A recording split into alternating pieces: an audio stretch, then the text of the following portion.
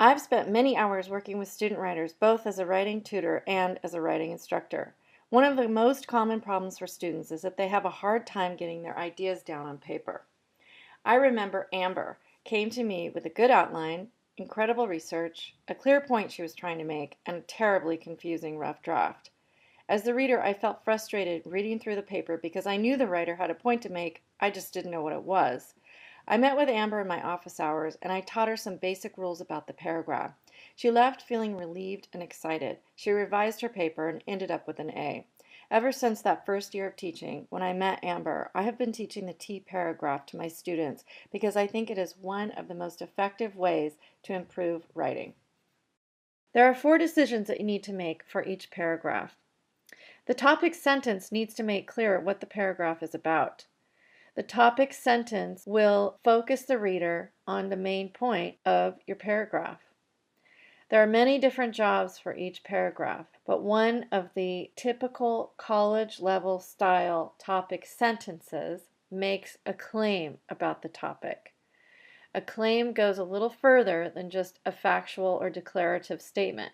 A claim includes your opinion on a topic. It uses an active verb typically, and it really focuses the reader on your point. Evidence comes next. No matter what job the paragraph has, you need to support your topic sentence with clear evidence. Analysis comes typically at the end of a paragraph. Analysis makes clear why the topic and/or evidence matters. It deepens the meaning of the topic and really helps to pull all 3 elements together.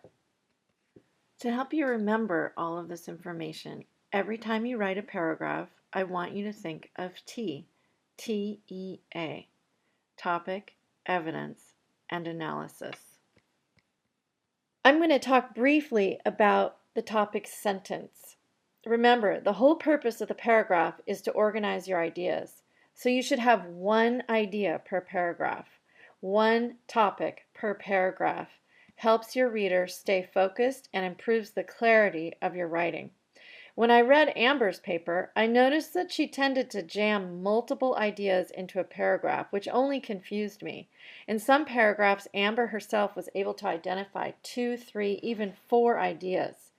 The first task Amber completed when she went home to revise her paper was to separate all of those ideas and turn them into new topic sentences for her paragraph.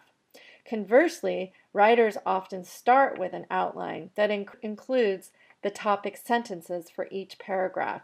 This helps writers focus and organize their ideas even before they begin. As I mentioned before, paragraphs have many different jobs, and so there are a variety of ways to write an effective topic sentence. However, in academic writing, quite often writers make a claim in the topic sentence. A claim is an arguable statement that makes clear your opinion on a topic.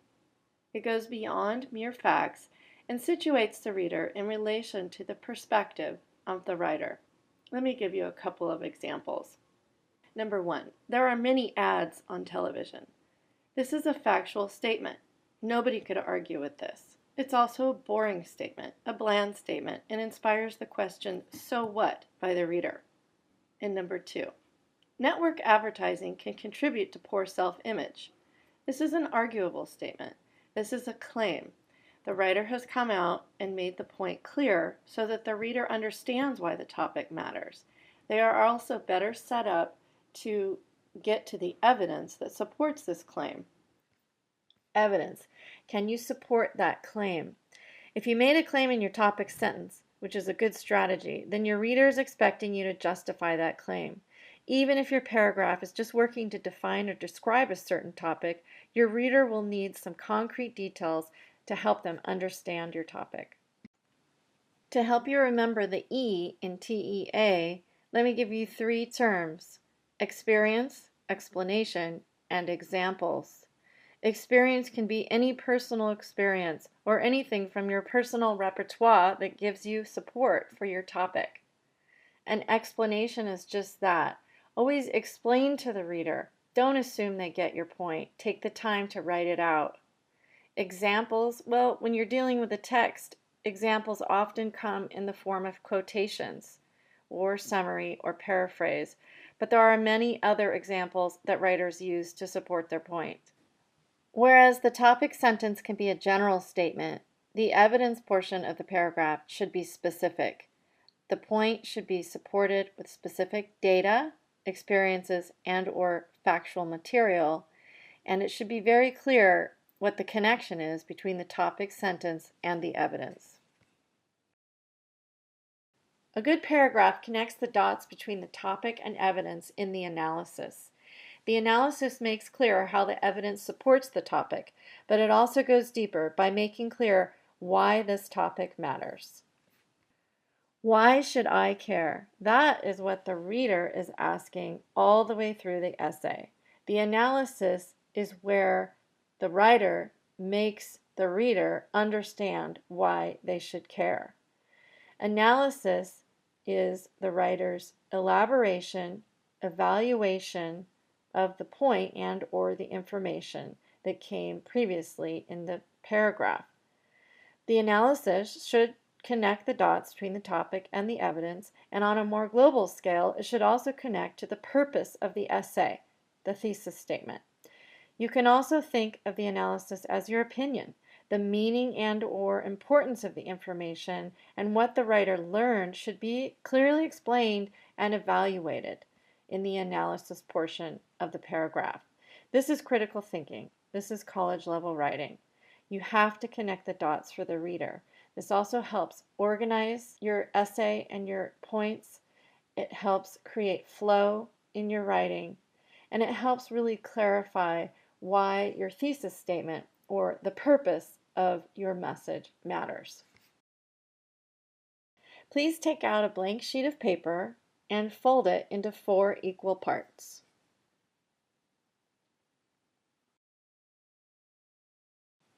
Okay, now that you have your sheet of paper folded into 4 parts, go ahead and do exactly what the label says. Read this piece of art and decide what is the message that the artist is sending. If this is a text created by an artist, what message is the artist sending? What message are you receiving? What is this text about? I'm going to give you a minute to think about the message being sent by this text.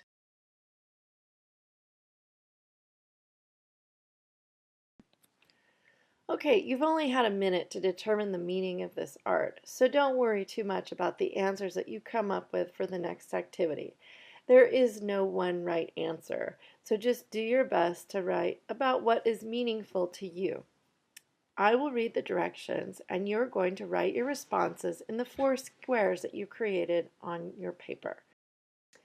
All right, in the first square, please read the artwork and write down what message the artist is sending. What did you decide this art is about? Go ahead and write that out in a sentence in the first square, and I'll give you just a minute for that.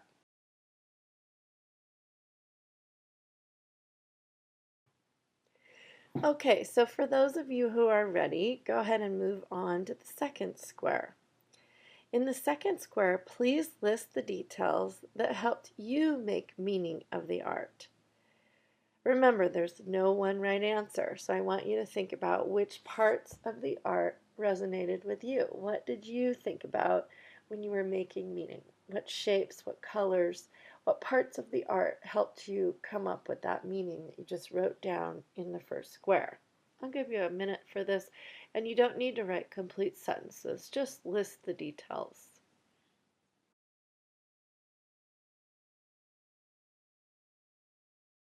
Okay, it's time to move on to the third square. In the third square, please write down any personal experience that came to mind as you were reading the artwork. We are going to share this in groups, so make sure you write down what you're comfortable with sharing. And if you cannot think of a personal experience, then explain how the details contributed to the meaning of the artwork. So the details that you listed in square 2, explain how they helped you make meaning of the art. But what I'd really like you to do is to think metacognitively and reflect on your thinking as you were looking at the art. And I want you to acknowledge what personal experience came into your mind. Did it remind you of a person you know, a scene from your life, a situation that you're familiar with? What popped into your mind?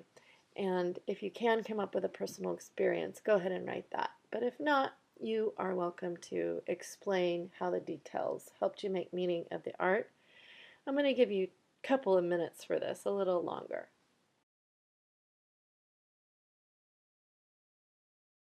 Hopefully that was enough time. In the fourth square, please write a 1 or 2 word title that captures the deeper meaning of the artwork. Please take a couple of minutes to think about this. Think about how the message you received may have changed or deepened as you progress through the squares. Think about why the artist would send this message. Why does it matter? Remember, only 1 or 2 words. This is the hardest square, I think. All right, that's it for this side of the sheet of paper. Now we're going to use the information that you just generated in your foursquare to write a T paragraph on the back of the sheet of paper. First, I'll go over a few key points, and then you can have about 10 minutes to write the paragraph. Okay, so take a look at your first square. Did you use an active verb there? If not, give it a try when you write your topic sentence. An example of this would be, the art exemplifies, the art illustrates, the art points out. Any of those will do, or come up with your own that better fits what you think the message of the art is. Next, I want you to re-examine your second square. That's where you listed the details that helped you make meaning of the art. So once you make a claim about the meaning of the art, then you can use the details to support that meaning. Use the details to tell the reader how the art conveys its message. Then you can look at your third square. Some of you already wrote an explanation that connects the dots between the topic sentence and the evidence. That's great. Others wrote about a personal experience. This is even better. Personal experience is one of the most important tools that writers have. If you have personal experience that supports your topic, you are really going a long way towards illustrating that you know about this topic, that you care about this topic, and that this topic matters. People like to hear stories, especially from people who know something about their topic. So go ahead and incorporate the personal experience if you think it helps to develop your topic further. Finally, you'll look at the last square where you have 1 to 2 words. This took the most mental work to synthesize all of the information and try to come up with a deeper meaning for the piece of art. Often in the analysis, you really have to work hard to come up with the meaning. Why does this matter is what you need to ask yourself. And you also have to think of it in the context of the assignment. So in the context of this assignment, it's a piece of art. Somebody sat down, put a lot of time into it, and decided that this was the message they wanted to send. Why do you think that is? And why does this matter? Now, of course, with most things, there is no one right answer. So your job is to really be persuasive from T all the way through E and to A. They should all connect together so that your reader is persuaded by your point. Now we're going to use the information that you just generated in your foursquare to write a T paragraph on the back of the sheet of paper. Please be sure to put your name at the top. I will be collecting your work for participation points. Okay, I'm going to give you about 10 minutes. If anybody has any questions, please raise your hand and I'll come around and help you. Thanks.